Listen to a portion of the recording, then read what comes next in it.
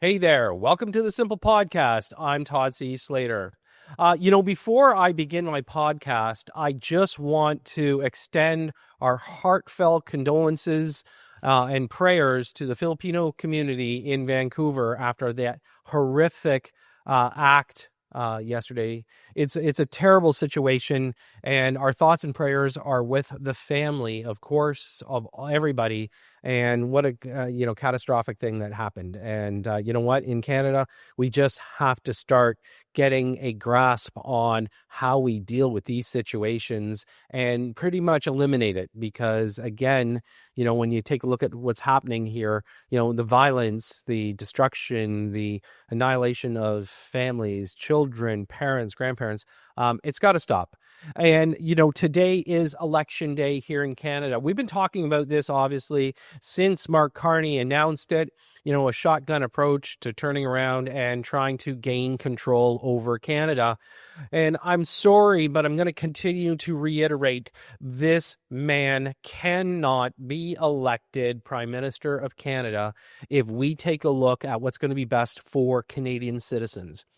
His intent, everything that he is surrounded by, the rhetoric, everything, every fact, figure is pointing at how this man wants to destroy Canada. Now, I know a lot of people, and we've got, the odd time I get these liberal bots that hop on and say, oh, you're crazy, Pierre doesn't stand a chance, things like that. But here's the thing. This guy hasn't lived in Canada probably for almost 10 years. He doesn't care about Canada. He wanted to jail Canadians and remove their bank accounts and control their bank accounts during the trucker convoy. He doesn't believe in anything Canada. He only believes in the bottom line of his carbon agenda. That's why they call him Carbon Carney. And on top of that, his company Brookfield. Now, I know there's so many people that sit there and say, well, he stepped down, everything else, and please don't talk to me about, him not being the one elected. It's the MPs. Remember, he basically has the same cabinet. For the last 10 years, Canada has been put through the ringer. There is no way anybody in good conscience can turn around and tell us Canada is better off from 10 years ago to today. Okay? There's no way. Canada needs to start over. We need change, okay? We can't be sitting there saying we're going to be great again. We need to turn around and build a foundation. So we're looking for the right person, and he's not it, okay? There's no way that Mark Carney is worrying about building the foundation for Canadians and the next generation. This is one of the most important things that during this election, the one that is happening and finishing today, is the fact that we need to look again to the next generation. What are they going to be left with? For a lot of us, obviously, if we're in our 40s, 50s, 60s, we've had a life. But what about the next gen, the ones that, are anywhere in their early teens, in their 20s? If they're looking towards their future, what future has Mark Carney promised anybody other than, I don't know, the World Economic Forum mandate of absolutely destroying every society and making them under one control? I mean, this is what this guy represents. And if any of you have dug into this, you'll know that this is true. So ultimately, in the end, there is a vote that's happening today. We need change as Canadians. More importantly, we need to see hope. And hope is one of the most important things that Canadians have always gravitated towards.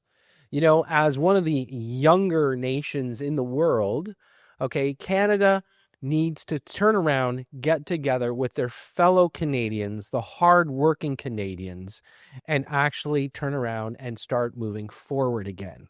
We've been on pause for the last 10 years because we were forced that way with the government. We've had a lot of fake promises. We talk about housing all the time. Of course, I talk about housing, construction, things like that. Okay, all we've been led down is a garden path because the government in place has not been able to do what's necessary. Now, before people jump up and down and say it's not the federal responsibility, you're right. But all of a sudden, that's a new campaign slogan, is that they're going to build more homes. It's a provincial mandate, yes, but the government can subsidize the provinces. The provinces can subsidize the municipalities. Right now, when we talk about a housing crisis, it's not necessarily that there's just not enough homes. And there's not, by the way. But it's the fact that what are we going to do with the homes, and who can have home ownership? Under the Liberal government, Carney government, the only conversation he's ever talked about is when he talks about affordable living, it's not ownership. He's never once said that the next generation should be able to buy a home and own it. In fact, it's his mandate not to have home ownership. It's one of the things that the WEF has established as their big goal is you will own nothing. Too bad. So when we take a look at today, that final box that you have to X, make a decision. You can turn around and say, you know what, maybe you're not doing it for you, but you got to do it for the next generation, the people that are going to matter in our future.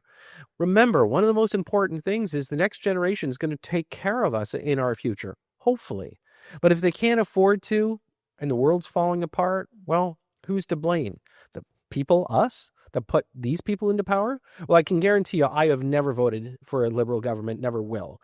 And for those of you that are going to sit there and get excited about that, the truth is that I am pro-business, pro-independence, pro the idea that people, when you work hard, you should be rewarded. I believe in ownership. I believe in the next generation and something we can pass down. The Liberal government doesn't want you to pass down anything. They don't like the idea of generational wealth, and they're going to do everything they can to tax it. There's so many threats and narratives that have floated around for the last few years that right now, the Liberal government's going to come after your home next if they get into power. That's right. They're the ones who introduced the higher capital gains tax. They're going to go after your homes. They floated that idea a while ago, and don't kid yourself. It's still a narrative in the background. They just know it's not a campaign promise that they want to make. They know that once everything is said and done, if they're in power, they're coming after you and me and the next gen. So I hope everybody turns around and does the right thing. We need change. As a Canadian, I'm going to encourage it. I'd love to hear from my fellow Canadians. Even, I call them my fellow Americans because, as far as I'm concerned, your family as well. We are hoping that Canada gets the right result today. I hope you are too. Thanks for tuning in. I'm Todd C. Slater.